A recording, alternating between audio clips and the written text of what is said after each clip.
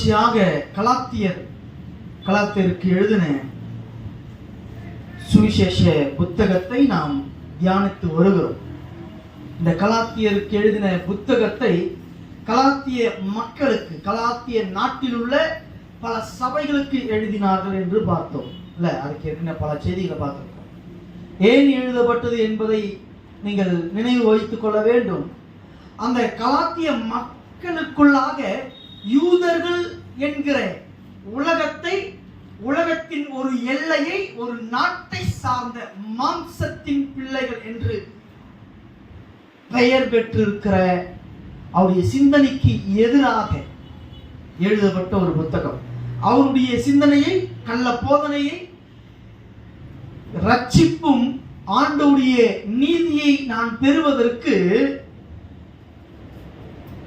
விருத்த சேதனமும் சடங்குகளும் அந்த சடங்காச்சாரமான நியாயப்பிரமாணமும் அவசியம் என்று போதித்த இந்த கலாத்திய மக்களுக்குள்ளாக திணித்த அந்த கள்ளப்போதனையை இந்த கலாத்திய மக்கள் ஏற்று அவர்கள் பாதையில் போகும்பொழுது அதை கேள்விப்பட்ட, அவர்களுக்கு போதித்த, அவர்களை ரட்சிப்புக்குள் கிருபையினாலே விசுவாசம் மட்டுமே என்று போதித்த பவுலுக்கு எழும்பின அந்த இருதயத்தின் பாரம், அவருடைய தாகம் கலாத்திய புத்தகமாக வெளிப்பட்டு இருக்கிறது.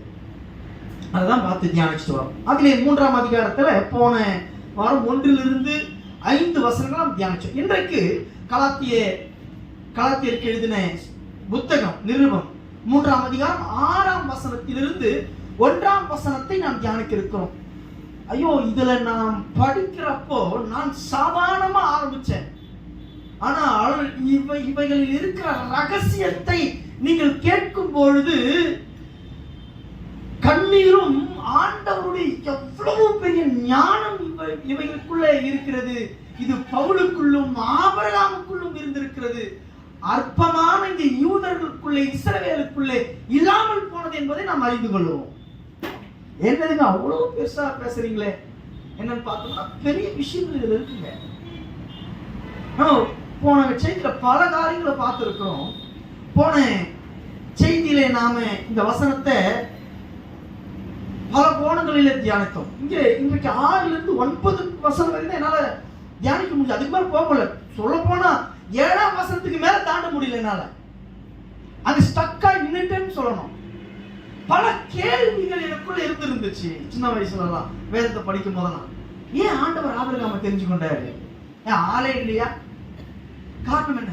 ஏன் கானான் தேசத்தை தான் கொடுக்கணும்? ஏன் இந்தியாவை கொடுத்துருக்கலாமே? அந்த நிலப்பரப்பு தான் கொடுக்கணுமா? ஆண்டவர் கொடுத்தாரா கானான் தேசத்தை? நாம் எல்லாம் நம்பிக்கொண்டு இருக்கிறோம். ஆபிரகாமுக்கு ஆண்டவர் காட்டின இடம் எது? இஸ்ரவேல் தேசம். கரெக்டுங்களா? அப்படிதான் நம்பிட்டு இருக்கோம். நான் உனக்கு காட்டும் தேசத்துக்கு நான் உனக்கு ஒரு தேசத்தை காட்ட நீ போனாரு.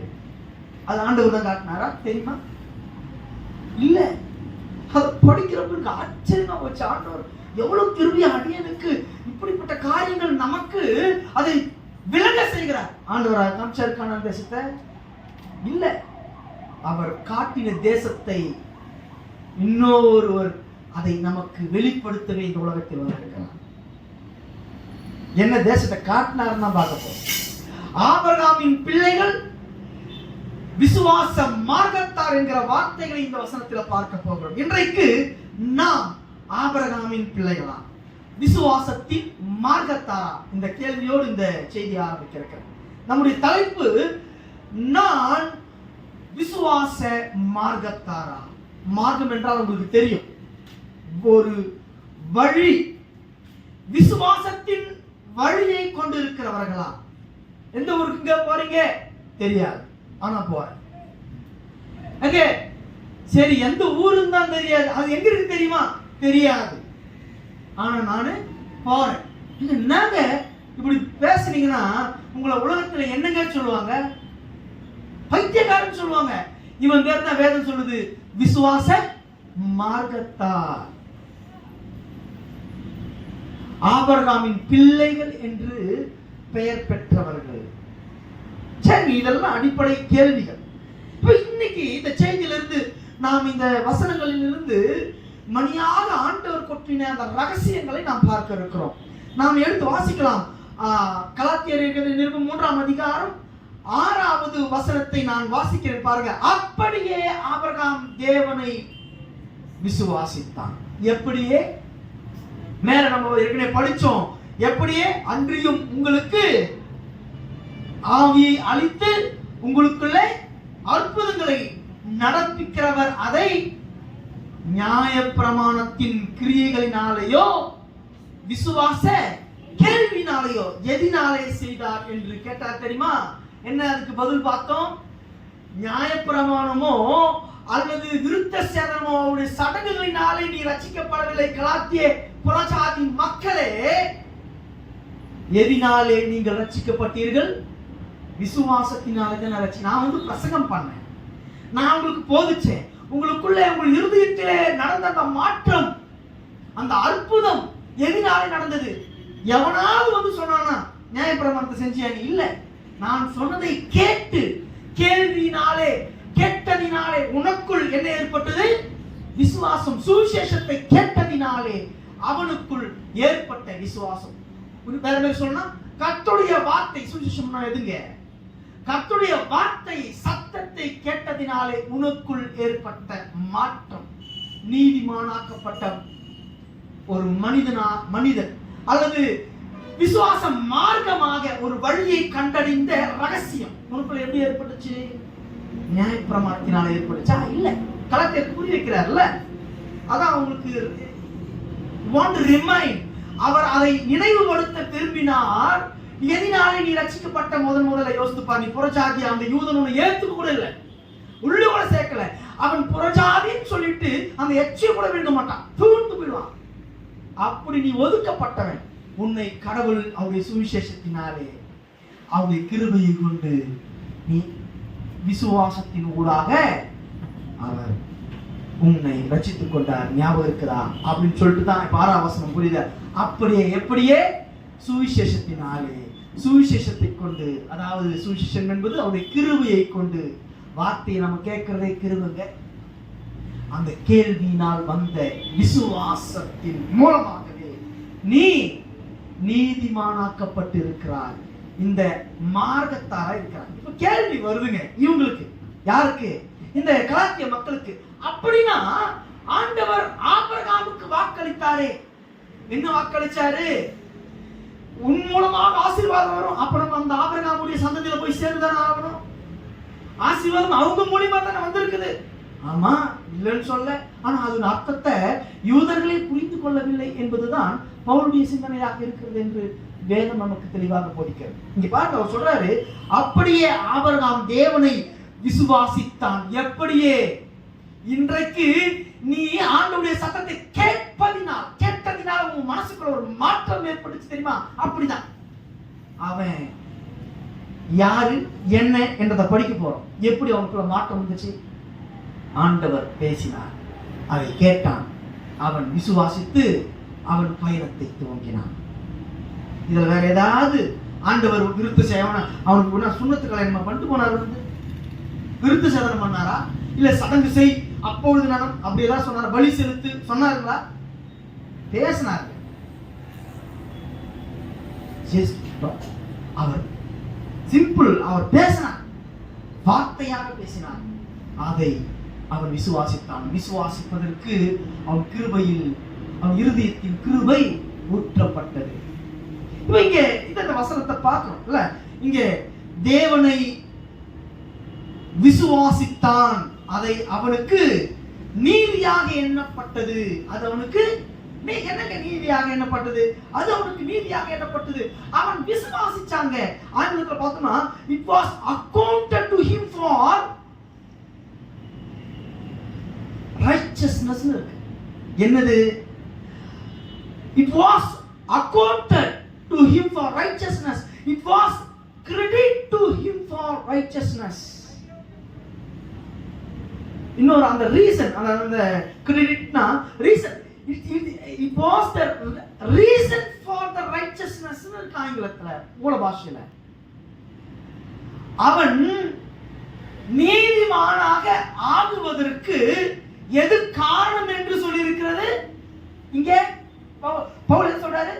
அவன் நீதிமானாக மாறுவதற்கு reason to him for righteousness எது? விசுவாசம். வேற எதுவுமே இல்ல. அவர் சொல்றார், நான் இன்றைக்கு நீதிமானாக மாறுவதற்கு ஒரே ஒரு காரணம் தான் ஆபிரகாமுக்கு இருந்தது. அதுதான் இன்னைக்கு எனக்கு இருக்குது. அவர் சொல்றாரு, நீ ஆபிரகாம் சந்ததி, யூதன் யூதன் என்று அவன் சொல்லிக் கொண்டிருக்கிறான். அவன் அந்த மண்ணையும் பொண்ணையும் கட்டிட்டு அடிச்சுக்கிறான். இன்னைக்கு அப்படிதான் அடிச்சுக்கிறான். இஸ்ரவேலுக்கு போங்க, எது துவங்கி எது எல்லன்னு சொல்லிட்டு சண்டை போட்டுக்கிறான். காசால எல்லாம் எங்க ஒரு திருப்பினாலும் ஐஸ் ஆன் காசா இருக்கா இல்லையா? ட்ரெண்டிங் ஆயிருக்கா இல்லைங்களா?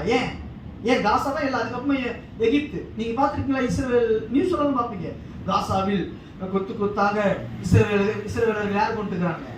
இந்த மண்ணின் மேல், இந்த நிலத்தின் மேல் அவன் நம்பிக்கை வைத்தான். ஏன்? அது யார் கொடுத்ததுன்னு நம்பினா? கடவுள் கொடுத்து. அதுக்கு எல்லாத்தையும் விட பார்க்க போறோம். அவன் செய்து தப்பா ரைட்டா? இஸ்ரவேல் தேசத்துல இன்னைக்கு கொன்று குவித்திருக்கிற அந்த எல்லைக்காக அடித்து சண்டை கொண்டிருக்கிறது சரியா தப்பா? ஆண்டவர் அதை கொடுத்தாரா? கொடுத்தார். எப்படி கொடுத்தார்? எதை கொடுத்தார்? அவனுக்கு கொடுத்தாரா? என்ன காரணம் அதுக்கு பார்க்க இருக்கோம்.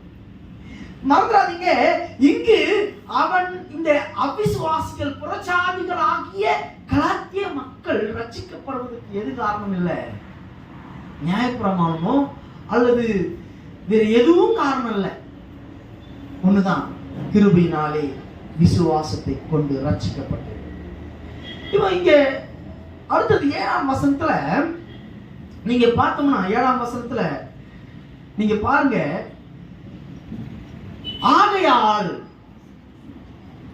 ஆகையால் விசுவாச மார்க்கத்தார்கள் எவர்களோ அவர்களே ஆபிரகாமின் பிள்ளைகள் என்று அறிவீர்கள். இதுதான் நம்மளுடைய கேள்விக்கான விடையை கொடுக்கப்படும். ஆதலால் எதனாலங்க எல்லாம் சொல்லிட்டு சொல்றாரு. அதனால நான் என்ன சொல்ல விரும்புறேன்னா, பவுல் சொல்றாரு அவருக்கு தெளிவா, விசுவாச மார்க்கத்தார்கள் எவர்களோ. இவன் யூத மார்க்கத்தை நோக்கி ஒரு கூட்டம் ஓடிட்டு இருக்குது. அதுதான் யாருங்க? யூத கிறிஸ்தவர்கள். யூதன் யூதன் யூதன் என்ற ஒரு பெருமை. கர்த்தர் கொடுத்த தேசம், கர்த்தர் வாக்களித்த தேசம், எங்கள் வழி மட்டும் தான் யார் வருவா? ரட்சிப்பு வரும், கிறிஸ்தவம் வரும். அவங்களுக்கு தான் சொல்றாரு, இந்த மார்க்கம் எது என்று உங்களுக்கு தெரியலையா பாவி பசங்களா? ஆங்கிலத்துல பார்த்தோம்னா இந்த வார்த்தையில இங்க ஆதலால் இருக்குங்களே, அங்க பார்த்தோம்னா கிரேக்க பாஷையில முதலாவது நீங்க இங்க பார்த்தோம், இந்த வசனத்துடைய அறிஞர்களாக இருக்கு தெரியுங்களா? அது முதல்ல இருக்குது. நீங்கள் அறிய வேண்டியது என்னவென்றால், ஆகையால் நீங்கள் அறிய வேண்டியது என்னவென்றால், இப்படிதான் வந்து மூல பாஷையில வருதுங்க. ஆகையால் நீங்கள் அறிந்திருக்கிறது, நீங்கள் அறிந்தீர்கள், அது என்னவென்றால் அவர் சொல்றாரு. அதுக்கப்புறமா தான் என்னதுங்க? விசுவாச மார்க்கத்தார்கள் எவர்களோ அவர்களே ஆபிரகாமின் பிள்ளை. Know ye therefore, அதான் முதல்ல இருக்கு. எதை நீங்கள் அறிந்திருக்கிறீர்கள், அது என்ன தெரியுமா? விசுவாச மார்க்கத்தார் எவர்களோ அவர்களே ஆபிரகாமின் பிள்ளைகள். இப்போ ஆபிரகாமின் பிள்ளைகள். அவன் சொல்றான், இல்ல நீ யூதனா மாறி ஆக வேணும். கலாத்திய மக்களே, நீ யூதனா மாறாவிட்டால் நீ எங்க போக முடியாது.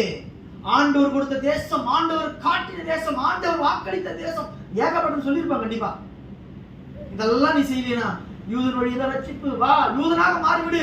யூதனாக மாறாவிட்டால் நீ எங்க போக மாட்டேன், பரவாயில்ல போக மாட்டேன் சொல்றாரு. இல்ல யூத மார்க்கம் அல்ல, இன்னொரு மார்க்கத்தை கொண்டு வரார் பவுல்.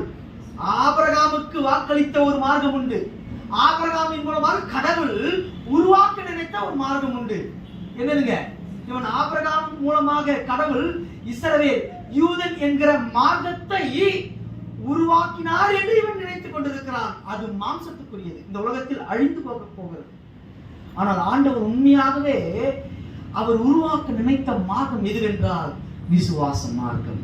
ஆபிரகாம் மூலமாக அவர் உருவாக்க நினைத்தது விசுவாச மார்க்கம். அதான் நீங்க பார்க்க போறோம். அதான் உங்களுக்கு அவர் விளக்க நினைக்கிறார். அப்படியே அவர் வார்த்தைகளிலும் அவங்களுக்கு விளக்குவதற்காக பல வார்த்தைகளை அவர் ஏற்கனவே ஆபிரகாம் சொன்னதையும் இங்கே இன்னைக்கு நடக்கிறதையும் கம்பேர் பண்ணி பாத்தியா, அங்க பாத்தியா, அதே தான் இருக்குது, இங்க பாத்தியா அதே தான் இருக்குது. நான் அப்படி கம்பேர் பண்ணி பார்த்தா எவ்வளவு பேர் அவசியம் வருது. அதுல ரொம்ப காரியங்கள் ஆண்டவர்கள் தெளிவா பேசிட்டு வர்றார். நீங்க பார்த்தோம்னா விசுவாச மார்க்கத்தார்கள் எவர்களோ அவர்களே ஆபிரகாமின் பிள்ளைகள் என்கிறதை பவுல் இங்கு வலியுறுத்துகிறார். அது என்ன சொல்றாரு? யூத வம்சத்தின் வழி வந்தவர்கள் அல்ல, யூத இரத்தத்தினால் உருவானவர்கள் அல்ல, ஆபிரகாமின் பிள்ளைகள். ஆபிரகாமுக்கு ஆண்டவர் வாக்களித்த அந்த தேசமும் அதல்ல, ஆபிரகாமுக்கு வாக்களித்த ஒரு ஹியூமன் ரேஸ், ஒரு மக்களுடைய வழி இது அல்ல, இது அவர் நோக்கம் அல்ல. யூத இஸ்ரவேல் தேசத்தை கட்டுவதல்ல அவருடைய நோக்கம். வம்சத்தின் வழியாய் வந்தவர்கள் ஆபிரகாமின் சந்ததி அல்ல. ஏன்னா ஆபிரகாம் தானே ஆரம்ப புள்ளி. இஸ்ரவேல் மக்கள் தோங்குனதற்கு, யூத இனம் தோங்குவதற்கு தந்தை யாருங்க? Who is the father of nation? இஸ்ரவேல் நேஷனுடைய ஃபாதர் யாருங்க? ஆபிரகாம். அதான் சொல்லிட்டு இருக்கேன் இன்னைக்கு. ஆனா அவன் சொல்ற பவுல் விளக்குறாரு, மதியினர்களே, உன் விந்தினாலும் உன் ரத்தத்தினாலும் உன்னுடைய வம்சத்தினாலும் வருவது இந்த உலகத்தில் அழிந்து போய்விடும் என்று உங்களுக்கு தெரியாது. அது மாம்சத்துக்குரியதல்லவா? ஆவியினால் உண்டாகிறதை குறித்து தானே கடவுள் பேசியிருப்பார். அழிந்து போறதை பத்தி கடவுள் பேசுவாரா? பைத்தியக்காரா, நீ அழிந்து போகிற நிலம், அழிந்து போகிற ஒரு சந்ததியை குறித்து பேசிட்டு இருக்கிற. அழியாத நித்தியமானதை குறித்து கடவுள் பேசியிருக்கிறார் ஆபிரகாமின் மூலமாக. அதுதான் விளக்குறாரு. யூத வம்சத்தின் வழியாக அல்ல, ரத்தத்தின் வழியாக அல்ல, அவருடைய வம்சா வழியில் வருகிற பிள்ளைக்கு பிள்ளை, பிள்ளைக்கு பிள்ளை என்று வருகிறதுனாலே அல்ல. ஏன்னா அவங்க அதை தான் பேசுவாங்க, ஆபிரகாமின் பிள்ளை இவன், இவனுக்கு பிள்ளை இவன் இப்படின்னு சொல்லிட்டு எங்க பார்த்தாலும் வம்சம் நல்லா இருக்கு இல்ல? ஆமாவா இல்லையா? ஆனா உண்மை தேவை. ஏன்னா அது இருக்கிறதுல தான் இன்னைக்கு நம்ம உண்மையை தெரிஞ்சுக்கணும். யாருன்னா அவனு நீங்க பார்க்க போறோம். யார் இந்த ஆபிரகாம்? இது தெரியலைன்னா அவன் வழி என்னன்னு தெரியாது. ஏன் ஆண்டவர் ஆபிரகாமை தெரிந்து கொண்டாருன்னு தெரியாது. ஏன் ஆபிரகாமை தெரிஞ்சுக்கிட்டாரு தெரியுமா? ஏன் உலகத்துல மனுஷனே இல்லையா? ஏன் கானான் தேசம்னா என்ன? யாருடைய தேசம் தெரியுமா? விசுவாசிகள் தெளிவடைய வேண்டும். இதுல தெளிவில்லைன்னா ஆண்டவர் எதை வாக்களித்தார்? ஆபிரகாம் நாம் இஸ்ரவேலராக மாற வேண்டுமா? ஆபிரகாமின் சந்ததியா? இன்னைக்கு நாம் ஆபிரகாம் சந்ததியான்னு தெரியாது. இந்த ஆபிரகாமின் மார்க்கத்தார் நாம் எப்படி ஆகுவோம்னு தெரியாது. கடவுளுடைய வார்த்தையில் விசுவாசம் வைத்த, விசுவாசத்தினால் உருவாக்கப்பட்ட வாழ்க்கை உடையவர்களே யாருங்க? விசுவாச மார்க்கத்தார். இதுதான் ஆபிரகாம் கொண்டு மறந்துடாதீங்க.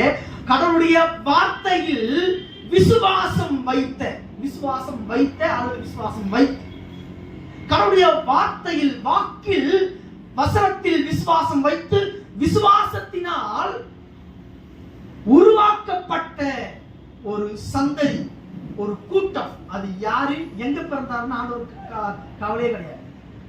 வார்த்தையினாலே உருவாக்கப்பட்ட ஒரு கூட்டம் தான் விசுவாச மார்க்கத்தார் என்று வேதம் சொல்கிறது. சரிங்க, இப்போ நம்ம சில காரியங்களை நாம் படிச்சுக்கணும். இப்போ மீட்பு கிருபையுள்ள கடவுள் அருளும் இலவசமான ஒரு ஈவு என்பதை நாம் இந்த கலாத்தியர் புத்தகத்திலிருந்து தெளிவா படிச்சிருக்கிறோம் ஏற்கனவே. மீட்பாகிய ஈவை நாம் விசுவாசத்தின் மூலமாக மட்டுமே பெற்றுக் கொள்கிறோம் என்பதையும் நாம் தெளிவா தெரிஞ்சுக்கிறோம். எப்படிங்க? முதல்ல இன்றைக்கு நாம் கற்றுக்கொள்ள போகிறது ரெண்டு காரியம். விசுவாச மார்க்கத்தார் என்னென்று கத்துக்கணும்னா, ஒன்று தெரிஞ்சிருக்கணும், விசுவாசம் என்றால் என்ன என்பதை நாம் தெரிந்து கொள்ள வேண்டும். விசுவாசம்னா தெரியுங்களா? நீங்க பார்த்தோம்னா முதல்ல விசுவாசம், faith is not element of the Christian salvation. அது நாம் ரட்சிக்கப்படுவதற்கு மூல காரணம் அல்ல, மறந்துடாதீங்க. பவுல் அதை பேசவே இல்லை அங்க. அப்ப நீங்க எடுத்து வாசிக்கலாம். எபேசியர் 2ஆம் அதிகாரம் 8-9 சொல்லுது. நீங்க மனப்பாடமா தெரிஞ்சிருக்கணும். கிருபையினாலே விசுவாசத்தை கொண்டு, இதுதான் பவுல் பேசிட்டு வர. இங்க என்ன விசுவாசம் என்றால் என்ன? இந்த விசுவாசம்னு என்ன தெரிஞ்சா, விசுவாசம் மார்க்கத்தார் என்னன்னு புரியணும்னா விசுவாசம் என்னன்னு தெரியணும். ஏற்கனவே எடுத்திருக்கிற ஒரு செய்தியில மறந்துடாதீங்க. விசுவாசம் என்றால் என்ன? எல்லாரும் விசுவாசியா? ஆமா விசுவாசி. விசுவாசம் தெரியுமா? தெரியும். என்னது? நம்புறது. அப்படிதான். நீ நம்புறதுனாலயா ரட்சிக்கப்பட்ட? ரட்சிப்பு காரணம் நம்பலனா ரட்சிக்கப்பட மாட்டியா? அப்படி கிடையாது. விசுவாசத்தை புரிஞ்சுக்கணும். It's not element. அந்த இடத்துல பார்க்கணும் வசனத்தை தெளிவா. கிருபையினாலே விசுவாசத்தை கொண்டு ரட்சிக்கப்பட்டீர்கள். விசுவாசம் என்பது நடுவில் இருக்கிற ஒரு மீடியேட்டர், அவ்வளவுதான். விசுவாசம் என்பது கடவுள் நான் நம்பர்னா நம்பலையான்னு அறிஞ்சிக்கிறதுக்கு அல்ல. மறந்துடாதீங்க, கடவுளுக்கு நீ நம்பறியா நம்பலன்னு அவருக்கு தெரியும். அவர் இருதயத்தை பார்க்கிறவர். விசுவாசம் என்பது நீ கிறிஸ்தவனா என்பது நீ நம்புவதற்கும் உன்னை சுற்றி இருக்கிறவன் நீ கிறிஸ்தவனா என்கிறதை நம்புவதற்குமான காரணம். மறந்துடாதீங்க. அருமையானவர்களே, நான் யார் என்பதை எனக்கு இந்த முட்டாளாக பாவத்தில் மறித்து கிடக்கிற என் மூளைக்கு புரிவதற்கு ஒரு வழிதான் என்னதுங்க? விசுவாசம். அதான் சொல்ல, கிருபையினாலே விசுவாசத்தை கொண்டு நான் ரட்சிக்கப்படுகிறேன். எப்படின்னா, மேல டேங்க் இருக்குதுங்க, கீழே குடம் இருக்குது, ஒரு குடம் வச்சிருக்கிறேன். அந்த குடம் முழுக்க தண்ணீர் வரணும்னா டேங்க் வந்து பறந்து வந்துடாது. நடுவில் இருக்குன்னா அது நடுவில் கனெக்ட் பண்றது ஒரு பைப். இப்ப பாருங்க, டேங்கில் இருக்கிற தண்ணி பைப்பின் மூலமாக இங்கு ஊற்றப்படுகிறது. இது நிரம்புகிறது. நான் எனக்குள்ள ரட்சிப்பு கிருபை என்கிற அந்த செயல் என் உள்ளத்திலே கிரியை செய்ய வேண்டும் என்றால் நடுவுல ஒன்று இருக்குது. என்னது? பைப். நான் ஆண்டவருடைய பிள்ளை, நான் கடவுளுடைய பிள்ளை, வேதம் தெரியும், எல்லாம் இருக்குது. விசுவாசம் இல்லையா எல்லாம் வேஸ்ட்னு அர்த்தம். பைப்பே இல்லைங்க, டேங்க் வச்சுக்கிட்டு தண்ணி ஃபுல்லா வச்சுக்கிட்டு என்னங்க பிரயோஜனம்? மண்டை ஃபுல்லா வேத அறிவு, மண்டை ஃபுல்லா எனக்கு வேதத்தை கரைச்சு குடிச்சிருக்கிறேங்க. நான் பாரம்பரிய கிறிஸ்தவன், 100 வருஷ கிறிஸ்தவன். எங்க அம்மா அப்பா தாத்தா தாத்தாக்கு தாத்தா இந்த யூதனை போல நாங்கெல்லாம் ஆண்டவரால் தெரிந்து கொள்ளப்பட்ட யூதன் என்கிற பெருமையை வச்சுட்டு என்ன பண்றது? அவனுக்குள்ள என்ன இல்லை? விசுவாசம் இல்லை. விசுவாசம் என்னன்னு புரியுதுங்களா? It's not element. கிருபை, கிருபையும் அவருடைய இரக்கம், அவர் வார்த்தை தாங்க எலமெண்ட். அவர் வார்த்தை எனக்குள் வருவதற்கு நான் வந்துதான் அறிஞ்சுக்கிறதுக்கு என்னதான் காரணம்? ஒரு வழி இருக்குது. என்னதுங்க? கடவுளுக்கு நீ விசுவாசிக்கிறியா விசுவாசிக்கிறியான்னு தெரியுமா தெரியாதா? உனக்குள்ள நீ கடவுள் உனக்குள்ள இருக்கிறாரா இல்லையான்னு கடவுளுக்கு தெரியுமா தெரியாதா? இப்ப நீ உங்க கூட்டத்தில் இருக்கிற ஒரு 10-20 பேர் இருக்காங்க. இதுல நீ ரட்சிக்கப்பட்டிருக்கியா இல்லையான்றது எனக்கு தெரியுமா? எனக்கு தெரியுமா? எனக்கு தெரியாது. கடவுள் தெரியுமா தெரியாதா? அப்ப விசுவாசம் யாருக்கு? கடவுளுக்கா? எனக்கு. என் ஃபெய்த், என்னுடைய விசுவாச வாழ்க்கை, என்னுடைய விசுவாச மார்க்கம் ஓட்டம் இந்த கூட்டத்துல அந்த விசுவாசத்தை கண்டு நான் மகிழ்ச்சி அடைகிறேன். ஏன் ரட்சிக்கப்பட்டோம்பா? காரணம் ஒண்ணுதான். நான் இதை தான் பார்த்து நம்புறேன். உன்னுடைய எவ்வளவு விசுவாசம், அவனுக்கு எவ்வளவு ஒரு உறுதி. அதுதான் விசுவாசம் என்ன என்று பார்க்கிறோம். எபிரேயர் 11:6 விசுவாசம் அல்லாமல் தேவனுக்கு பிரியமா இருப்பது கூடாத காரியம். அந்த விசுவாசம் உனக்குள் இருப்பது எப்படி வெளிப்படுகிறது? நான் அவருக்கு பிரியமா இருக்கிறேனா இல்லையா என்பதை நான் மனிதர்களாகிய நாம், அவருடைய பிள்ளைகளாகிய நாம், என்னை சுத்தி இருக்கிற இந்த மக்கள் புறஜாதிகள் அறிந்து கொள்வதற்கு ஒரே ஒரு வழிதான் உண்டு, விசுவாசம். ஆபிரகாமை பார்த்து எப்படி அறிஞ்சுக்கினாங்க? ஆபிரகாம் கிளம்பி போனான். எங்கப்பா போற? தெரியாது. எதுக்கு போற? தெரியாது. ஏன் போற? யார் சொன்னது? ஒருத்தர் சொன்னார். பாத்தியா? அவரு தெரியாது. பார்த்தாண்டே பைத்தியக்காரர். யார் அது? கடவுள். என்னை அழைத்தவர் கடவுள். அவரை நம்புறேன். அவரை அழைத்தார். என்னை படைத்த கடவுள். அதனால நான் போறேன் என் பயணத்தை. நம்மளை பார்த்து நிறைய பேர் கேட்கலாம், ஏன்பா சர்ச்சைக்கு போறீங்க? பரலோகம் பார்ப்பேன். பரலோகத்தை பார்த்திருக்கியா? பார்க்கல. எங்களுக்கு தெரியுமா? தெரியாது. எதை வச்சு நம்புற? நம்ம சொல்றோம், கடவுள் சொல்லி இருக்கிறார், அவர் வார்த்தை சொன்னது. இதுதாங்க விசுவாசம். எனக்கு தெரியாது. ஆபிரகாம் இப்படிதாங்க போனா. நான் சொல்றது விளங்குதுங்களா? விசுவாசம் என்பது கடவுள் நான் யார் என்பதை அறிந்து கொள்வதற்காக அல்ல, மாறாக நான் யார் என்பதை என்னை சுற்றி இருக்கிறவர்களும் நான் அறிந்து கொள்ளவுமே விசுவாசம் எனக்கு இங்கு கொடுக்கப்பட்டிருக்கிறது. மறந்துடாதீங்க. கிருபையினாலே விசுவாசத்தை கொண்டு, இப்ப புரியும் பாருங்க, வாசித்து பாருங்க. ஆகையால் விசுவாசம் மார்க்கத்தார் எவர்களோ அவர்களே ஆபிரகாமின் பிள்ளைகள். இதே விசுவாசத்தை தான் ஆபிரகாம் அங்கு கொண்டிருந்தான் என்கிறதை நாம பார்க்கிறோம். இல்ல, நீங்க ஒரு இந்த விசுவாசம் என்ன என்கிற இந்த பாடத்திட்டத்திலே நாம் கற்றுக்கொள்ளுகிறதுல இந்த 4 விஷயத்தை நான் ஏற்கனவே சொல்லியிருக்கிறேன். ஞாபகப்படுத்திட்டு நான் அடுத்த இந்த ஆபிரகாமுடைய வாழ்க்கைக்கு போக விரும்புறேன். ஞாபகங்களா? விசுவாசம் 4 வகையான விசுவாசம் என்ற வார்த்தையே இந்த வேதம் பேசுது. ஒண்ணு, நமக்குள்ள என்ன விசுவாசம் இருக்குதுன்னு நமக்கு தெரியணும்னா, இப்போ விசுவாசம் என்பது நான் யாருன்னு அறிஞ்சிக்கிறதுக்கு நான் எப்படி அறிஞ்சிப்பேன்? வேதத்துல 4 வகையாக விசுவாசிகள் விசுவாசித்தார்கள் என்று வேதம் சொல்லுது, நான் சொல்லல. நீங்க ஒரு அறிவுபூர்வமான உணர்வு, இதையும் விசுவாசம் எடுத்து வேதம் சொல்லுது. என்னதுங்க? அறிவுபூர்வமான உணர்வு, worldly faith. இதுக்குள்ள பரலோகம் கொண்டு போகும். அப்படிப்பட்ட விசுவாசம் உனக்குள்ள இருந்தா உனக்குள்ள உண்மையான விசுவாசம் இல்ல. ஆபிரகாமின் சந்ததி நீ இல்ல, ஆபிரகாமின் பிள்ளை நீ இல்ல. அதுக்கு உதாரணம் வாசிக்க தேவையில்ல. யாக்கோபு 2:19 பிசாசுகளும் விசுவாசித்து, என்னங்க சொல்லுது? பிசாசுகளும் விசுவாசித்து நடுங்குகிறது. பிசாசுகளுக்கும் வேத அறிவு இருந்தது, அதனால பரலோகம் போயிட முடியுமா? அந்த விசுவாசம் தானே பயன்படுத்திருக்கிறாங்க. இந்த விசுவாசம் உள்ள மக்கள் வேத அறிவு இருக்கும், அப்படியே வேதத்தை கரைச்சா அவர் இப்படி பேசுவார் இப்படி பேசுவாரு. ஆனா அவங்களுக்குள்ள ஆபிரகாமுக்கு இருக்கிற விசுவாசம் இருக்குதா? அவர்கள் விசுவாசம் மார்க்கத்தாரா என்பதை தான் நீங்க சிந்திக்க போறோம். இரண்டாவது, உணர்ச்சி வயப்பட்ட கவர்ச்சிகரமான விசுவாசம். முதலாவது பார்த்தோம் ஒரு அறிவுபூர்வமான உணர்வு. அப்படிப்பட்ட விசுவாசம் வேதத்தில் இருக்குது. அறிவினாலே வருகிற விசுவாசம் விசுவாசம் அல்ல. இரண்டாவது, உணர்ச்சியினால் கவர்ச்சியினால் வருகிற விசுவாசம் விசுவாசம் அல்ல. விசுவாசம் எந்த விசுவாசம் பார்த்துக்கோ. இது தெரிஞ்சதுன்னா யூதருக்குள்ள இருந்த விசுவாசம் என்னன்னு புரிஞ்சிடும். இங்க நீங்க அதுக்கான உதாரணம் நாம் படிக்க தேவையில்லை. யோவான் 2ஆம் அதிகாரம் 23-24 எழுதி வச்சுக்கோங்க. யோவான் 2ஆம் அதிகாரம் 23-24 ஆண்டவர் இங்க அற்புதம் செய்யறாரு.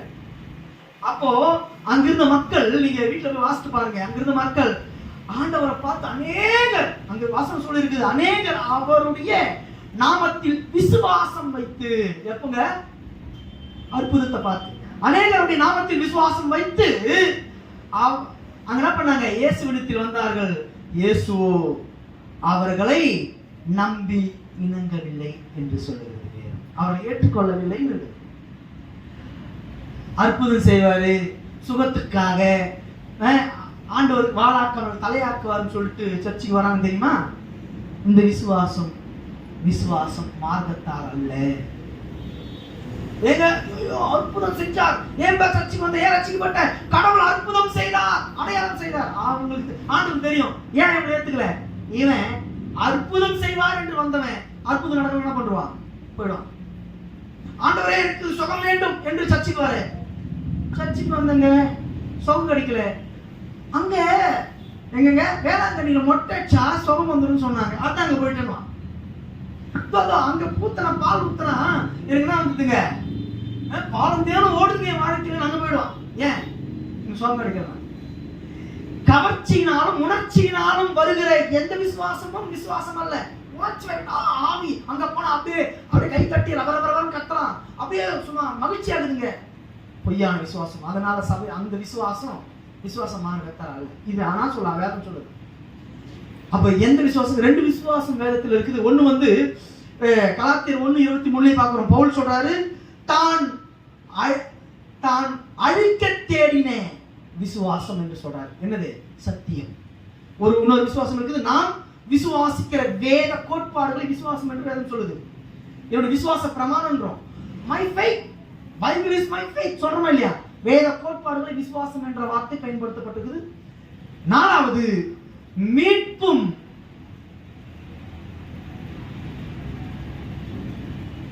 நல்லா மறந்துடக்கூடாது. நாம் மீண்டும் பிறந்த பிறந்தவராக பெறுகின்ற ஆவிக்குரிய புத்துணர்வு. நான் மீண்டும் பிறந்தவனாக ஆவிக்குரிய புத்துணர்வே உண்மையான விசுவாசம். ஐயோ நான் பாவி, ஐயோ என்று ஆண்டவர் எனக்காக மரித்தார், ஓ இதுதான் அந்த விசுவாசமா, இது அந்த ஆண்டவருடைய சத்தத்தை கேட்டு வசனத்தினாலே என் உள்ளம் பாதிக்கப்பட்டிருக்கு தெரியுமா? வசனத்தினால் என் உள்ளம் நிரப்பப்பட்டிருக்கிறது தெரியுமா? இதுதான் உண்மையான ஆவியின் நிறைவு, இதுதான் உண்மையான நீதிமானாக்கப்படுதல். எதனால? டேங்க்ல இருந்து பைப்புல என்ன வேணா வரலாம், வசனம் வருதா? கிருபையா? அது கிருபையின் வசனமா? நீ எதனால நிரப்பப்படுற? பாட்டுனால நிரப்பப்படுறியா? பாட்டு அப்படியே பாடி. இந்த சர்ச்சையும் சர்ச்சை அவங்க ஏத்துக்கிறது இல்லை. அதுனா சர்ச்சை, எங்க சர்ச்சையோட போய் சர்ச்சை பாரு, என்னையும் பாஸ்டர் ஆயிடலாம், மூச்சு பாரு எப்படி, மூச்சு பார்த்தாவே பாஸ்டர் யாரும் ஏத்துக்கிறது இல்லை. உண்மையதாங்க. என்னுடைய கிறிஸ்துவ வாழ்க்கை என்பது என்னை சார்ந்ததல்ல, என்னுடைய எண்ணத்தை சார்ந்தது என்பதை மறந்து வைக்கிறாங்க. என்னுடைய மார்க்கத்தை சார்ந்தது, என்னுடைய வழியை சார்ந்தது. நீ கிறிஸ்தவனா இல்லையா, நீ ஆண்டவருடைய மார்க்கத்தானா இல்லையா என்பது உனக்கு நீ புரிந்து கொள்ள வேண்டிய வழி என்ன தெரியுமா? உன்னுடைய விசுவாசத்தை சோதிச்சு பாரு. அருமையானவர்களே, விசுவாசம் உனக்கு புரிஞ்சுக்கணும். முதல்ல விசுவாசம் என்றால் என்ன? ஆபிரகாமுடைய விசுவாசத்தை நம்ம சோதிச்சு பார்க்கலாமா? யார் இந்த ஆபிரகாம்? அவன் எப்படி விசுவாசிச்சான்? இன்னைக்கு ஏன் பவுல் கலாத்திய மக்களுக்கு இந்த ஆபிரகாமின் விசுவாசம் தான் இன்னைக்கு நான் பிறந்த விசுவாசம் என்று ஏன் ஒப்பிட்டு காமிச்சாரு? நீங்களும் ஆபிரகாமின் பிள்ளைகள் தான் ஏன் சொன்னாரு? நீங்க இந்த விசுவாச மார்க்கத்தா, இந்த விசுவாசம் தான், இந்த மார்க்கம் தான் ஆபிரகாமின் துவங்கிருச்சுன்னு ஏன் சொன்னாரு? நீங்க ஒவ்வொன்னா வாசிக்கலாம், எடுத்துக்கொள்ளுங்க. ஆதியாகமம் 11ஆம் அதிகாரத்துல 26ல பார்த்தோம்னா, 26 வாசிக்கலாம். கொஞ்சம் வாசிக்கிறவங்க வேகமா வாசிங்க. ஆதியாகமம் 11:26 வாசிக்கலாங்களா? தேராகு 70 வயதான போது, நல்லா மறந்துடாதீங்க. முதல்ல இப்ப தேராகு 70 வயதான பொழுது ஆபிரகாம் நாகோர் ஆரோன் என்பவர்கள் பெற்றார். இங்கதாங்க அந்த யூத மார்க்கம் என்று சொல்லி கொண்டு திரிகிறாங்க தெரியுமா? இது துவங்குது எங்க இருந்து? ஆபிரகாம் பிறந்ததிலிருந்து. இந்த ஆபிரகாமை பத்தி தான் நாம் படிக்கிறோம். யாரு இவனுக்கு அப்ப? நிறைய பேர் சொல்லுவாங்க, அவன் சிலை செஞ்சவன், அவன் எங்கப்பா இருக்குது, நான் படிக்கல இது வரையும். அவன் சிலை செஞ்சிருந்தான். ஒருத்தன் போயிட்டு என்ன பண்ணானா, ஆபிரகாம் போனாராம். போயிட்டு ஏதோ ஒரு கதை சொல்லுவாங்க, அழகா கதைகளாம் நிறைய சொல்லலாம். வேதத்துல அவன் யாரும் தெரியுமா? தேராகு யார் தெரியுமாப்பா? யாரு? சிலை செய்யறோம். எங்க வாசிங்க முதல்ல. தேராகு யாரு தெரிஞ்சதான் ஏன் ஆபிரகாமை கடவுள் தெரிந்து கொண்டாருன்னு தெரியும். நீங்க பாருங்க, இந்த 11ஆம் அதிகாரத்துல இந்த வசனம் எங்கிருந்து இந்த துவங்குதுன்னு பாருங்க. சொல்ற வசனத்தை வாசிங்க. இப்ப எந்த வசனம் வாசித்தோம் நம்ம? 26 இல்ல, 26ஆம் வசனம் வாசித்தோம்ல. 10வது வசனம் வாசிங்க. 11ஆம் அதிகாரம் 10வது வசனம். நல்லா கவனிக்கணும். யார் வம்ச வரலாறு? சேமுடைய வம்ச வரலாறு. யார் சேம்? நோவாவுடைய 3 பிள்ளைகளில் ஒருவன். அந்த சேம் யாருன்னு பார்த்தோம்னா 9ஆம் அதிகாரம் 26 வாசிங்க. 9ஆம் அதிகாரம் 26 வாசிங்க. சேமுடைய தேவனாகிய கர்த்தருக்கு ஸ்தோத்திரம். அவனுக்கு கர்த்தர் யாரு? தேவனாகிய கர்த்தருக்கு ஸ்தோத்திரம். யார் சொல்றது? நோவா சொல்றாரு. நோவாவுடைய நிர்வாணத்தை நல்லா கவனிக்கணும். ஒரு சம்பவம் நடக்குதுங்க. நோவா குடிச்சிட்டு நிர்வாணமா போயிட்டான். அப்போ அங்கே காம், அந்த நோவாவுக்கு 3 பிள்ளைங்க. யாரு? சேம், காம், யாப்பேத். இந்த சேம், காம், யாப்பேத் இருக்காங்களா, இந்த காமுக்கு நிர்ணயமான ஒரு புள்ள இருக்கிறான். அவன் பேர் என்னது? கானான். யாருங்க? வாசிக்கிறாங்களா? 18ஆம் வசனத்தை வாசிங்க. 9வது அதிகாரம் 18ஆம் வசனம். குமாரர் சேம், காம், யாப்பேத் என்பவர்களே காம், கானானுக்கு இந்த காம் அப்படின்னா என்ன இருக்குதே அங்க 4-5 பேர் தான். உலகத்துல எல்லாம் அழிஞ்சு போயாச்சு. ஆனா இங்க எம்பசைஸ் ஏன் பண்றாங்கன்னா அந்த தகப்பன் என்றது பெருமையாக இங்க கொள்ளப்பட்ட ஒரு முதல் பிள்ளையை இந்த உலகத்தில் பெற்றவனுக்கு தகப்பன் நீ காம், நீ எப்படி இப்படி செய்யலாம் எம்பசைஸ் பண்றாங்க. நான் சொல்றது விளங்குதுங்களா? இங்க பாருங்க, கானான் இந்த காமின் சந்ததி. இந்த காம் என்கிறவன் தாங்க நோவாவின் நிர்வாணத்தை பார்த்து சகோதரத்தில் போய் அப்பா விழுந்து கிடக்கிறாரு. அவனை புறம் பேசி அசிங்கமாக பேசினவனை ஆண்டவர் இங்க என்ன பண்ணாருங்க, நோவா அவர்களுக்கு கொடுக்கிற சாபம் என்ன தெரியுமா? இங்கு ஒருவனை தேவனுடைய பிள்ளை என்று நோவா அடையாளம் பண்ணிருந்தான். முதல் மந்திராதிக இங்கு இது பரிசுத்த ஆவியானவர் நமக்கு வெளிப்படுத்திருக்கிறார். இதோடைய ஆழ அர்த்தத்தை நம்ம இதை படிக்கிறப்ப படிக்கலாம். அதை போனோம்னா இதுக்கு டைம் ஆயிடும். இங்கு ஒன்றுதான் இந்த சேமுக்கு அடையாளம். சேமுக்கு கடவுள் யார்? யாருங்க கடவுள்? தேவனாகிய கர்த்தர். அதான் சொல்லியிருக்குது. யார் அந்த பேழையில் இந்த நோவாவை காப்பாற்றினாரோ, நோவாவிடத்தில் பேசின, நோவாவிடத்தில் அந்த சுவிசேஷத்தை ரட்சிப்பை கொடுத்த அந்த கடவுளின் பிள்ளை என்று அறியப்பட்டவன் தான் யாருங்க? சரி, இவன் அந்த தகப்பனுக்கு எதிராக பாவம் செய்த ஒருவனுடைய பிள்ளைகள் யாரு? கானான். நீ நினைக்கிற போல நீ அடிமைகளுக்கெல்லாம் அடிமை என்று நீ சொல்ற. யாரு? காம். இந்த கானான், கானான் 2 பேர் தான் இருக்காங்க. இந்த காமுடைய பிள்ளை கானான். இங்க சொல்றாரு இந்த கானான் சபிக்கப்பட்டவன். யாருங்க கானான்? யாரு? சபிக்கப்பட்டவன். அடிமைகளுக்கெல்லாம் அடிமை என்று சொல்றாரு. யாரு அடிமைகள் அடிமைன்னா இவன் அப்ப யாரு? அடிமை. அப்ப இவன் அடிமைக்கு அவன் அப்பொழுதும் அடிமையா இருப்பான். யாருங்க? கானான். நீ நடிகர்களை கூடிய வச்சு தெரியல. அதுதான் இங்க சொல்ற வரலாறு முக்கியம். ஏன் அந்த வம்ச வரலாறு பார்க்குறோம்னா, நீங்க பார்த்துட்டு வந்தீங்கன்னா 10ஆம் அதிகாரத்தில் ஜீனியாலஜின்னு சொல்லுவோம். நோவாவின் குமாரனுடைய வம்ச வரலாறு, சேம்காம் யாப்பேத்துடைய வரலாற்றுல இந்த சேமுடைய வரலாறு நம்ம இங்க பார்த்தோம். 11ஆம் அதிகாரத்தில் மீண்டுமாக துவங்குது. அதுக்கு முன்னாடி 2 பேர் வரலாறு இருக்கும். இந்த யாப்பே ஜாதிகளின் தீவு, நாடுகளுடைய தீவு, நாடுகள் உருவாவதற்கு யார் காரணமா இருக்கான்? ஆனா ஆண்டவர் அங்க ஆபிரகாம் ஆசீர்வதிக்கிறார். என்ன ஆசீர்வாதம் பண்றாரு? உன் மூலமாக அநேக சந்ததிகள், நாடுகள் உருவாகும் ஆசீர்வதிக்கிறார். அதே போல் ஜாதிகள் தீவா மாறலாம். 10ஆம் வசனம் தெரியும். இந்த காம் இவன் கூட அடிமை. அது கிடையாதுங்க. இங்கு வேதத்துல தேவனுடைய பிள்ளைகளுக்கு எதிரானவன் ஒரு பதம் தெரியுமா? கெட்டவன். அதுதான் அடிமை என்று பொருள்படுகிறது. மறந்துடாது. நீங்க பார்த்தோம்னா இந்த இடத்துல காமுடைய சந்ததி யார் தெரியுமா? நீங்க 6ஆம் வசனம் 10ஆம் அதிகாரம் 6ஆம் வசனத்துல காமுடைய குமாரர்கள் சொல்லிட்டு கூஸ் என்று தூங்குதுங்களா? அங்க பார்த்தோம்னா 8ஆம் வசனத்துல கூஸ் நிம்ரோத்தை பெற்றான். இவன் பூமியிலே பராக்கிரமசாலியானான். அவன் கர்த்தருக்கு முன்பாக பலத்த வேட்டைக்காரனாக, கர்த்தருக்கு முன்பாக பலத்த வேட்டைக்காரனாக, கர்த்தருக்கு எதிரானவனாக மாறி போனவன். யார் சந்ததி தெரியுதா? காமுடைய சந்ததி. இந்த காமுடைய பிள்ளை தாங்க கானான். இவன் ஓடி போய் கட்டின ஒரு இடம் தான் கானான் தேசம். இந்த கானான் தேசம் என்ன? நீங்க பாருங்க, ஏன் காசா சண்டை 10ஆம் அதிகாரம் 18 சொல்லுது. வாசிங்களேன். சாரி, 10ஆம் அதிகாரம் 19ஆம் வசனம். கானானியரின் எல்லை சீதோன் முதல் கேராக் வழியாய் காசா மட்டும். இன்னைக்கு போட்டுக்கிறான சண்டை எங்க இருக்குது? சீதோன் முதல். இன்னைக்கு சீதோன் தான் இல்லை. நான் மேப் குரூப்ல ஷேர் பண்ற பாருங்க. இந்த முனையில சீதோன் இருக்கும், அந்த முனையில காசா. இப்போ இது ஆண்டவர் கொடுத்தது வாக்குத்தத்தின் ஒரு இடமா? ஏன் ஆண்டவர் கொடுத்தாரு? யாருங்க இவன் இங்க போக சொன்னது? ஆண்டவர் போக சொன்னாரா? பார்க்கலாங்களா? நீங்க வாசிங்க.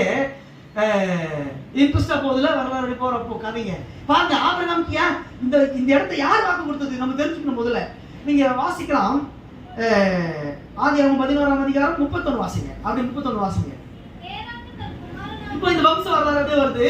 தேராகு ஆபிரகாம் தேராக பெற்றெடுக்கிறான். பெற்றெடுத்த உடனே இவங்களுக்கு பிள்ளைங்க எல்லாம் வராங்க. இதுல ஒருத்தர் செத்து போயிடுறான், ஆபிரகாமுடைய பிள்ளை பெண்ணுங்களெல்லாம் பெத்துட்டு செத்து போயிடுறான். இப்ப 2 பேர் தான் இருக்கிறாங்க, ஆபிரகாமும் சகோதரனும். இப்போ இவங்களெல்லாம் கூப்பிட்டு இந்த ஆபிரகாம் ஒரு இடத்துக்கு போறான். இப்ப ஆண்டவர் ஆபிரகாமும் தேராக்கு வாக்களிச்சாரா? எங்க போறான்னு பாருங்க, வாசிங்க. தேராகு தன் குமாரனாகிய ஆபிரகாமையும் லோத்தையும் மருமகள் கூட்டம் பேரம் பேத்தியெல்லாம் கூட்டிட்டு ஊர் என்கிற கல்தேயர் பட்டணத்தை விட்டு, நல்லா கவனிக்கணும், எங்கே அவன் போறதுக்கு ஆசைப்படுறான். What's a dream of Terah? தேராவுடைய கனவு இடம். வாட்ஸ் a dreamland சொல்லுவோம் தெரியுமா? dreamland. இதான் யூதன் சொல்லி தெரியுறான் dreamland. அவன் dreamland இஸ்ரேல் சொல்றானே இல்லையா? இது நம்ம சொல்றல சிலை செஞ்சவன் அவனுடைய dreamland. இந்த ஆண்டவர் எங்கேயாவது தேராகிட்ட போயிட்டு கானான் தேசத்தை கொடுப்பேன்னு சொன்னாரா? முதலாக அந்த கானானுக்கு பயணத்தை துவங்கினவன் யார்? தேராகு. ஆண்டவர் வாக்களிக்கல. ஆனா ஏன் இதை அவனுக்கே கொடுப்பேன்னு சொன்னாரு? ஆபிரகாம் கிட்ட ஒரு வார்த்தை சொல்றாரு, நான் காண்பிக்கும் தேசத்துக்கு நீ முதல்ல புறப்பட்டு போ. நீங்க வாசிக்கலாங்களா? ஆதியாகமம் 12:1 ஆபிரகாம் என்ன சொல்றாரு பாருங்க. இப்ப வந்துட்டுமா, ஆரம்பிச்ச இடத்துல வந்துட்டுமா, வாசிப்பாங்க. கர்த்தர் ஆபிரகாமை நோக்கி, உன் தேசத்தையும் உன் இனத்தையும் உன் தகப்பனுடைய வீட்டையும் விட்டு புறப்பட்டு, எந்த தேசத்தை காமிச்சாரு? எங்கேயாவது தேசத்தை காமிச்சாரு சொல்றாரா? அவர் ஏதாவது எந்த தேசத்துன்னு சொன்னாரா? நீ கானான் தேசத்துக்கு போன்னு சொன்னாரா? சொல்லவே இல்லை. முன்னாடியே ஒருத்தன் கானானுக்கு போனான். நீங்க சொல்றதுக்கு முன்னாடியே நடந்துச்சு விஷயம். எங்க கானானுக்கு போனாங்க, ஆனா அவன் கானானை போய் சேர்ந்து அடையல. அதுக்கு முன்னாடி ஒரு இடத்துல தங்கி அங்கே என்ன பண்ணிட்டாங்க? குடியிருந்து விட்டார்கள். இப்பொழுது அதுதான் அவனுடைய தேசமாக இருக்கிறது. அதான் ஆண்டவர் சொல்றாரு, நீ உன் தேசத்தையும் சொல்றாரு. சொல்லும் போதே இப்போ அவன் குடியிருக்கிற தேசம் அவனுடைய தேசமா மாறி போச்சு. கல்தேயுடைய தேசம், அதுவே அவனுடைய பட்டணமாக தேசமாக பல ஆண்டுகள் ஆகிவிட்டது. இப்பொழுது ஆபிரகாம் வந்து யாரை அழைக்கிறார்? ஆபிரகாமை அழைக்கிறார். ஏன் காமுடைய சந்ததியில் போய் அழைச்சிருக்காமே? அழைக்கல. ஏனென்றால் அவன் ஆண்டவருக்கு எதிரானவன். நோவாவின் மூலமாக வாக்களிக்கப்பட்ட தேவனை தேவனாக கொண்ட ஒரு சந்ததி உண்டு. யார் சந்ததிங்க? சேமுடைய சந்ததியில் Abraham. It's not from Gentile. ஆண்டவருக்கு எதிரானவர்கள் இருந்து அவர் தெரிந்தவர்களை அவர் திட்டம் பாத்தீங்களா? அவருடைய பிளான் பாத்தீங்களா? ஆதியிலே ஆதாம் பாவம் செய்த பொழுது அந்த பிசாசனத்திலே அவர் போட்ட சேலஞ்ச், உன் வித்துக்கும் என் வித்துக்கும் பகை உண்டாக்குவேன். ஜெனரேஷன் ரீதியா அவர் போடுறார். இது உன் வித்துக்கும் என் வித்துக்கும் பகை உண்டாக்குவேன். அவருடைய குதிங்கால்களிலே நீ நசக்கப்படுவாய் என்று சொன்ன ஒரு வாக்கு. அதற்காக தெரிந்து கொள்ளப்பட்ட ஒரு சந்ததி பாவத்திலிருந்து இல்லைங்க. அவர் பரிசுத்தமான ஒரு சந்ததி உலகத்தையே அழிச்சு அதுல ஒரு நீதிமானை தேர்ந்தெடுத்து அந்த நீதிமானின் பிள்ளைகளிலே ஒரு நீதிமானை தன்னை 3 பேரை ஒருத்தன் இவர்தான் கணவன் இருந்தான். அப்ப மத்த இந்த வசனம் சொல்றதுக்கு அர்த்தம் என்னது? சோமுடைய தேவனாகிய கர்த்தர். அப்பனா மத்தவங்க யாரும் இல்லை, தேவன் இல்லைன்னு அர்த்தம்.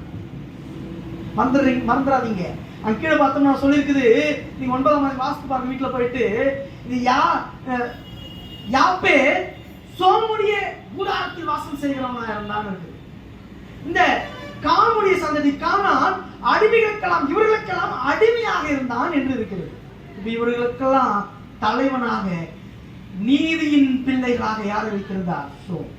அவருடைய சந்ததியில் பிறந்த தேராகின் பிள்ளை ஆபிரகாம். அதிலும் ஒருவனை நீதிமான் என்று கண்டு தேவன் அழைக்கிறார். இவன் ஒன்னே செய். ஆபிரகாம் காரணம் அவன் பாவம். அவன் தகப்பன் போன இடத்தை தகப்பனே மறந்து போனான். ஆனா கண்டிப்பா ஆபிரகாம் தெரியாது எங்க நம்ம போக ஆரம்பிச்சோன்னு. ஆண்டு சொன்னார், நான் உனக்கு ஒரு தேசத்தை காட்டுறேன், கிளம்பி போப்பா. கிளம்பி போட்டான். எங்க போக தெரியும்? எங்கே போனோம்? சரி நம்ம எங்க போகலாம்? என் தகப்பன் எங்கேயோ இடத்துக்கு போனோம்னு கடந்து வேணாம் தெரியுமா? அந்த இடத்துக்கு போகலாம். எந்த இடம்? தகப்பன் கானான் தேசத்துக்கு ஏன் போனான்? ஏனென்றால் அது அவர்களின் அடிமைகள் வாழ்கிற இடம், உலகத்தார் வாழ்கிற இடம், செல்லும் செழிப்புமாக இருக்கிற இடம். அதனால கானான் அந்த இடத்தை, தேராக அந்த இடத்தை தேர்ந்தெடுத்தான். பாலும் தேனும் ஓடுகிற தேசம் என்று கானான் தேசத்தை கண்டார்கள் இந்த உலகத்தார். அங்க உலகத்தின் செழிப்பு அதிகம். அங்க தாங்க சோதம் இருந்துச்சு. இப்ப வரலாற்று படிச்சு பாருங்க, அந்த இதுலயே இருக்கு. சோதம் எங்க இருந்துச்சு? கானான் தேசத்துக்குள்ள. யோர்தான் நதிக்கு எதிரே இருக்கிற தேசத்தை யார் போய் கண்டடைஞ்சது? இதே கானான் புறஜாதிகள் என்று பார்க்கிறோம். ஏசா, யாக்கோபு அங்கு பொண்ணு பெண் எடுக்கல, அவன் தேடி போய் அவனை இடத்தில் எடுக்கிறான். ஆனால் ஏசா கானானின் பெண்ணை அவன் எடுக்கிறான். யாரு? புறஜாதிகள். அப்போ கானானியர் யார்? புறஜாதிகள். இப்ப ஆபிரகாமுக்கு ஆண்டவர் சொன்னாரு, நான் உனக்கு ஒரு தேசத்தை காட்ட போ. ஆனா இவன் ஒரு தேசத்தை தெரிஞ்சு வச்சான். என்ன தேசம்? அவன் அப்பா ஆசைப்பட்ட தேசத்துக்கு போனான். கீழே இருக்கும். அவன் போயிட்டான். அங்க போயிட்டு அந்த தேசத்தை கண்டடைஞ்சிட்டான். ஆபிரகாம் கண்டடைஞ்சானா இல்லையா? போயிட்டான். நீங்க வாசித்தா தெரியும். 6ஆம் வசனம் பாருங்க.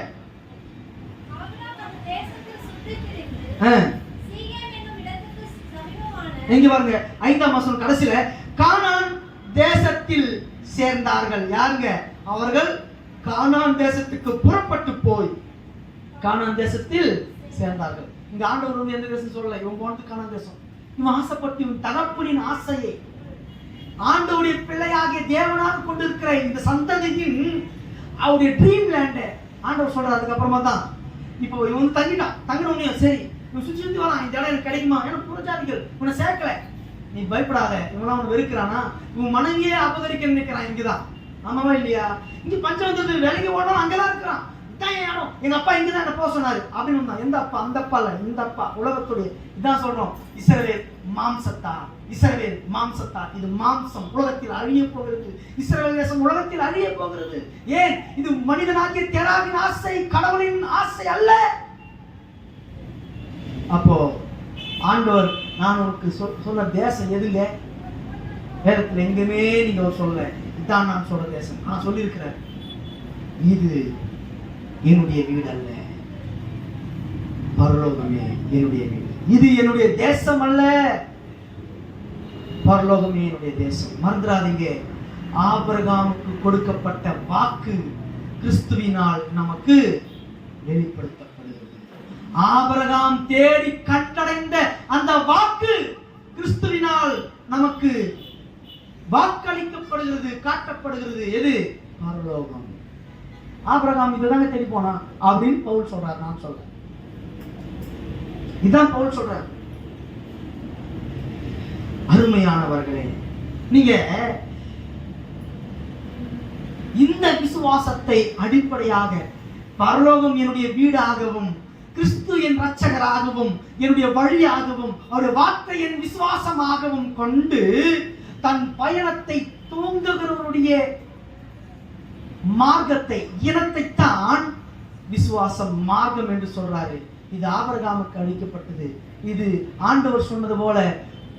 அங்க என்ன வாக்கு சொன்னார்? ஆதிகாரத்துல உன் வித்துக்கும் என் வித்துக்கும் இல்ல. இங்க ஆபிரகாம் சொல்றாரு. இப்ப அதுதான் யார் சொல்றது? கலாத்தியர்ல பவுல் சொல்றாரு. இப்ப எடுத்து வாசிங்க. கலாத்தியருக்கு எழுதின நிருபம் 3ஆம் அதிகாரத்தை இப்ப புரியும் பாருங்க. 7ஆம் வசனம் வாசிங்க. வாசித்து 8ஆம் வசனம் வாசிக்கலாம். ஆகியால் விசுவாசம் மார்க்கத்தார்கள் எவர்களோ அவர்களே ஆபிரகாமின் பிள்ளைகள் என்று சொல்லிட்டு கீழே சொல்றாரு, மேலும் தேவன் விசுவாசத்தினாலே புறஜாதிகளை நீதிமான்கள் ஆக்குகிற என்று வேதம் முன்னாக கண்டு. நடக்குதுங்களா? இது எது மார்க்கம்? நான் நீதிமானாகுவதுதான் ஆபிரகாமுக்கு அளிக்கப்பட்ட மார்க்கம். புறஜாதிகள் உன் மூலமாக ஆசீர்வதிக்கப்படுவார்கள். புறஜாதிகள் உன் மூலமாக ரட்சிக்கப்படுவார்கள். புறஜாதிகள் உன் மூலமாக என்னை கடவுள் என்று அறிந்து கொள்வார்கள். புறஜாதிகள் உன் மூலமாக நான் காண்பிக்கிற என் பரலோகத்தின் வழியை அறிந்து கொள்வார்கள். அவர்களை விசுவாசம் மார்க்கத்தான். இதான் வாக்குத்தத்தம் கொடுத்தாரு. அதான் நீங்க பார்த்தோம்னா கிறிஸ்து அந்த ஆசீர்வாதம் என்ன? முன் அறிவித்த அந்த ஆசீர்வாதம் என்ன? ஆபிரகாம் என்ன முன் அறிவித்தார்? 12ஆம் அதிகாரத்துல 1 - 3 வாசித்து பாருங்க. நான் உன் மூலமாக சகல ஜாதிகளையும் ஆசீர்வதிப்பேன் சொல்றாரு இல்லையா? இதனை ஆசீர்வதிக்கிறாரு. இதனா ஆபிரகாம் கொடுத்த வாக்கு. இது கானான் தேசத்தை சொன்னாரு. இஸ்ரவேல் அந்த எல்லைக்குள்ள இருக்கிற அந்த இஸ்ரவேல் மூலமாக ஆசீர்வதிப்பேன்னு சொன்னாரா? எங்கேயாவது அந்த இஸ்ரவேல் தேசத்தை அவர் கொடுத்தாரா? இல்ல. அது அழிஞ்சு போகிறது. இந்த உலகத்துல அழியாத நித்தியமான இருக்க ஒரு வீடை வைத்திருக்கிறார். இது பழைய பாடம் சொல்கிறது, புதிய பாடம் சொல்கிறது. இது ஆபிரகாமுக்கு தெரியும், இந்த யூதர்களுக்கு புரியவே இல்லை. இதை தாங்க கலாத்திற்கு சொல்றாரு. எவ்வளவு ஆழமா கொண்டு போய் சொல்றாரு பாத்தீங்களா? இதுக்கு நம்ம புரியணும், நம்மளுக்கு பழைய ஏற்பாடு புரியணும். அதுக்குதான் அந்த வரலாற்றுல நான் போனேன். இந்த வசனம் புரியணும். என்னத்தான் வாக்கு கொடுத்தாரு. நீங்க இதுதான் சொல்றாரு. நீங்க 26 நினைக்கிறேன், இது 3ஆம் அதிகாரம் 16 வாசிக்கலாங்களா? ஆபிரகாமுக்கும் நல்லா படிக்கணும், அவன் சந்ததிக்கும் வாக்கு தத்தங்கள் பண்ணப்பட்டன, சந்ததிகளுக்கு என்று அநேகர். அப்பா அவன் சந்ததிகளுக்கு என்று அவன் மூலமாக ரத்தத்தினாலே அவனுடைய வித்தினாலே வந்த உலக பிரகாரமான சந்ததிக்கு என்று அல்ல, உன் சந்ததிக்கு என்று ஆபிரகாமை போல விசுவாசிக்கிறவர்கள் ஒருவனை குறித்து சொல்லி இருக்கிறார். அந்த சந்ததி எதுனா, அந்த ஆசீர்வாதம் எது? கிறிஸ்து. உன் மூலமாக அனைத்து நாடுகளும் புறஜாதிகளும் ஆசீர்வதிக்கப்படுவார்கள். அந்த ஆசீர்வாதம் எது? கிறிஸ்து. கிறிஸ்து. கிறிஸ்து எதை காட்டினார்?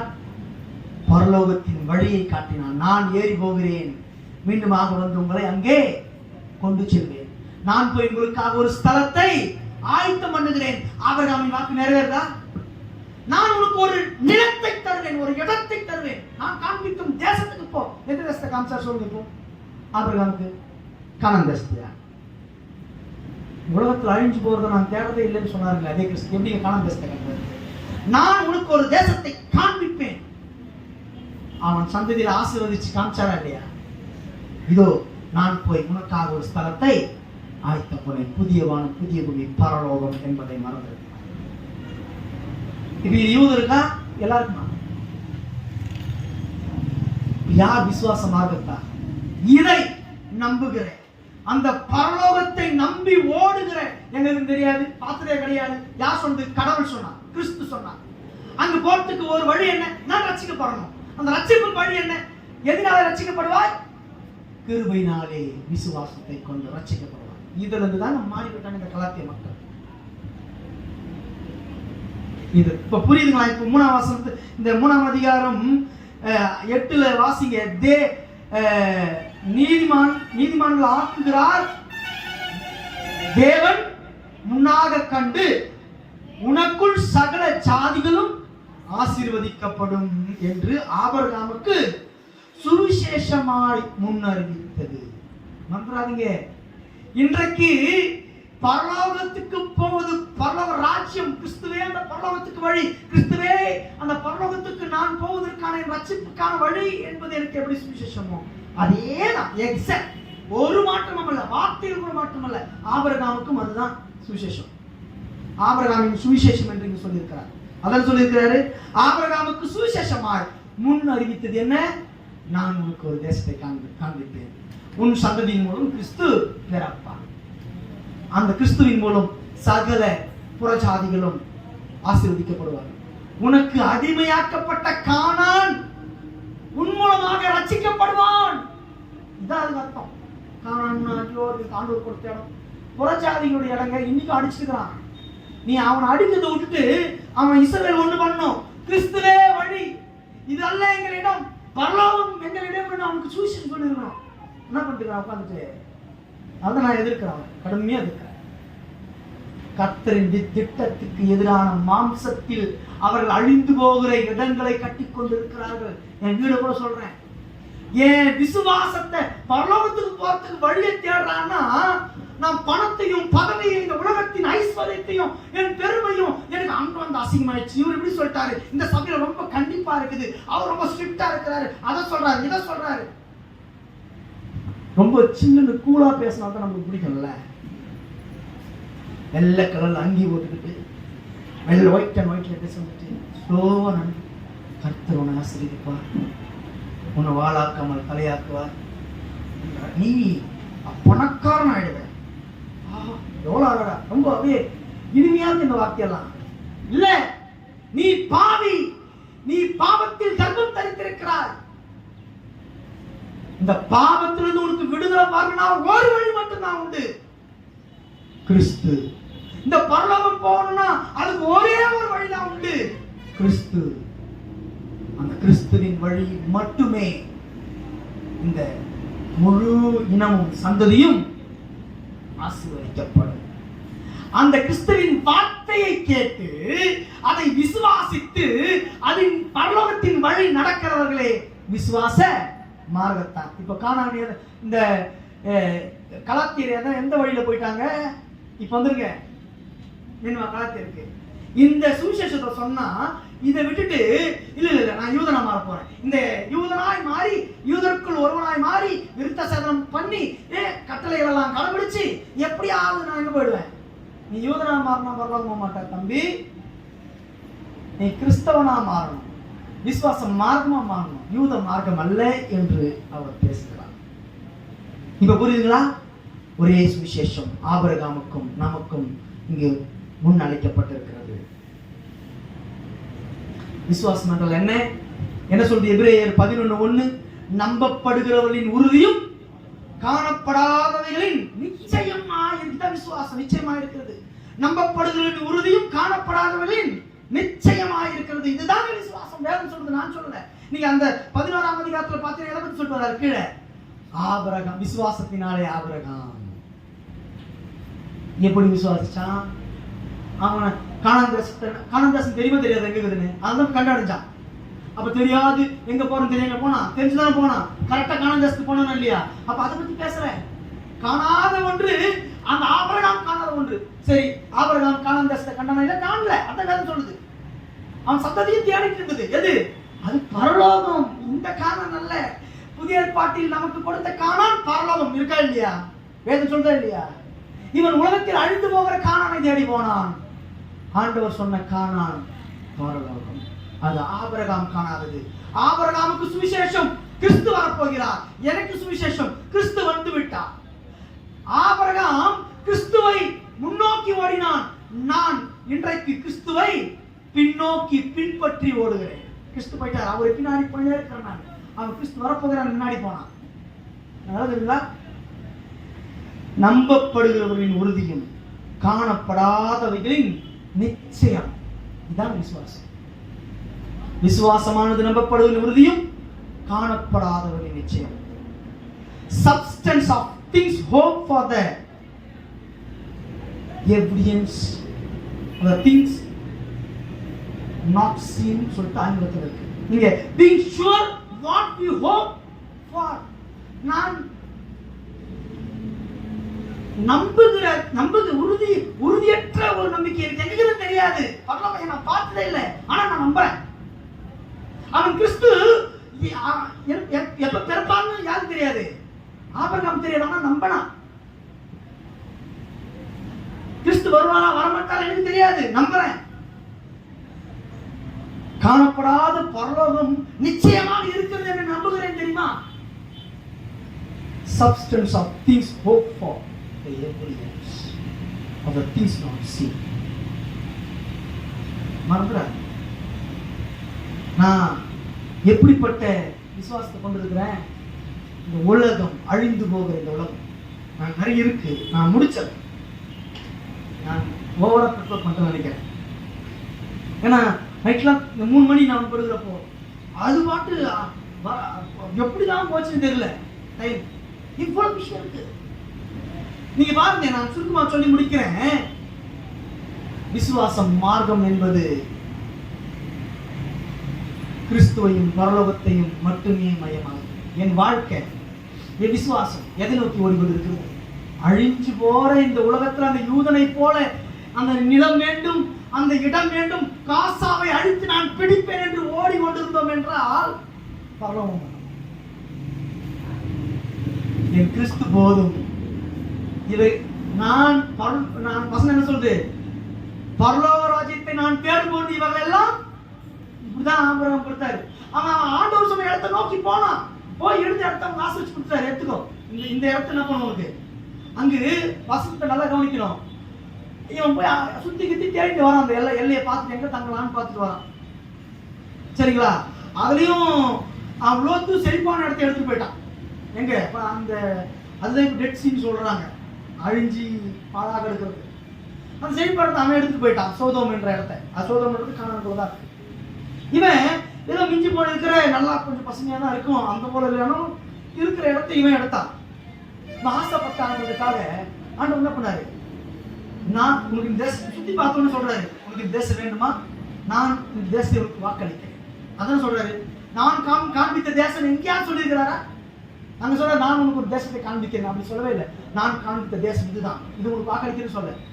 சுத்தி வந்தோடனையும் இந்த தேசம் உனக்கு வேணுமா, நான் உனக்கு தரேன், இது உனக்கு சுதந்திரமாக்க, எப்பவுமே இந்த தேசத்தை நித்தியமா உனக்கு சுதந்திரமாக்க ஒரு வாக்கு இருக்கிறார். யாருடைய ஆசை, யாருடைய ட்ரீம்? தேராகின் கனவு நேரம். அவன் மகன் அதை கேட்டு ஆண்டவர் கொடுத்தார். எப்போ? பரலோக ராஜ்யத்தை அவன் தேடி போகும்பொழுது இவர்கள் எல்லாம் கூட கொடுக்கப்படும். நம்ம இந்த உலகத்தை தேடி ஓடிட்டு பணம், பதவி, படிப்பு, உலகத்தின் வீண் பெருமை, எதை நோக்கி என்னுடைய வாழ்க்கை ஓடுதுங்க? சற்று நாம் சிந்திக்க வேண்டும்.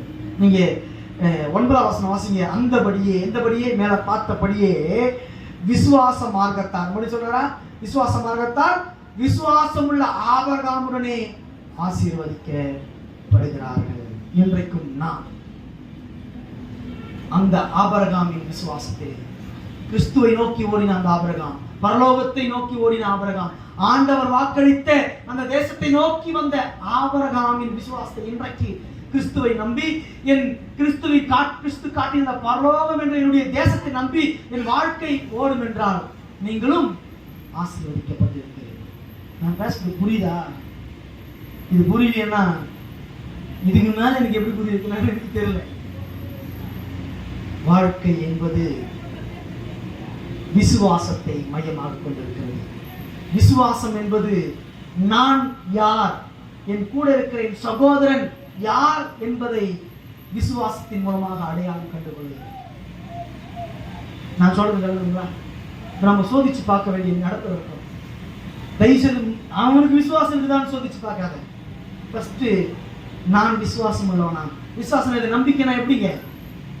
வார்த்தையின் மீது அந்த வார்த்தையின் வைராக்கியம் கொண்டு என்ன எதிர்ப்பு வந்தாலும் அதை நோக்கியே ஓடுகிற பயணம் தான் விசுவாச மார்க்கம் என்று அர்த்தம். எத்தனை தடை, பிரச்சனை, கஷ்டம், தொல்லை அடிச்சு நொறுக்கப்பட்டாலும் இந்த சந்ததி ஓடிக்கொண்டே இருக்கிறது. கிறிஸ்துவிலே மீண்டுமாய் அது ஓடிக்கொண்டே இருக்கிறது. கிறிஸ்துவும் அதை முடிச்சல காட்டியிருக்கிறாரு. எத்தனையோ பேர் கடலை போல, மேகத்தை போல திறனான விசுவாசிகள் அடித்து அப்பாவுக்கு முன்னாடி பிள்ளைகளையும், பிள்ளைக்கு முன்னாடி அப்பாவையும் கொன்று குவித்த பொழுதிலும் அந்த மார்க்கம் நிற்கவில்லை. எதை தூக்கி ஓடிக்கொண்டிருக்கிறது? இந்த வசனத்தின் மேல் நம்பிக்கை வைத்து, கிறிஸ்துவை காட்டின அந்த பரலோகத்தின் மேல் நம்பிக்கை வைத்து இந்த விசுவாச மார்க்கம் ஓடிக்கொண்டிருக்கிறது. இவன் தான் விசுவாசி, இவன் தான் விசுவாசம் மார்க்கம். சோர்ந்து போய் பின் வாங்குறவன் அல்ல.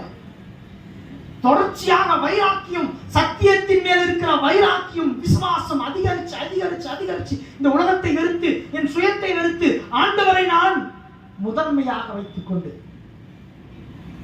பரலோக ராஜ்யத்தை நோக்கி ஓடுகிற வாழ்க்கை நெறி, வாழ்க்கை பயணம். இப்படிப்பட்ட மக்களே விசுவாசம் மார்க்கத்தான். இவர்களே ஆபிரகாமின் பிள்ளைகள் என்று நான் சொல்றேன், வேதம் சொல்றேன். கண்களை மூடி நான் ஜெபிக்கலாமா?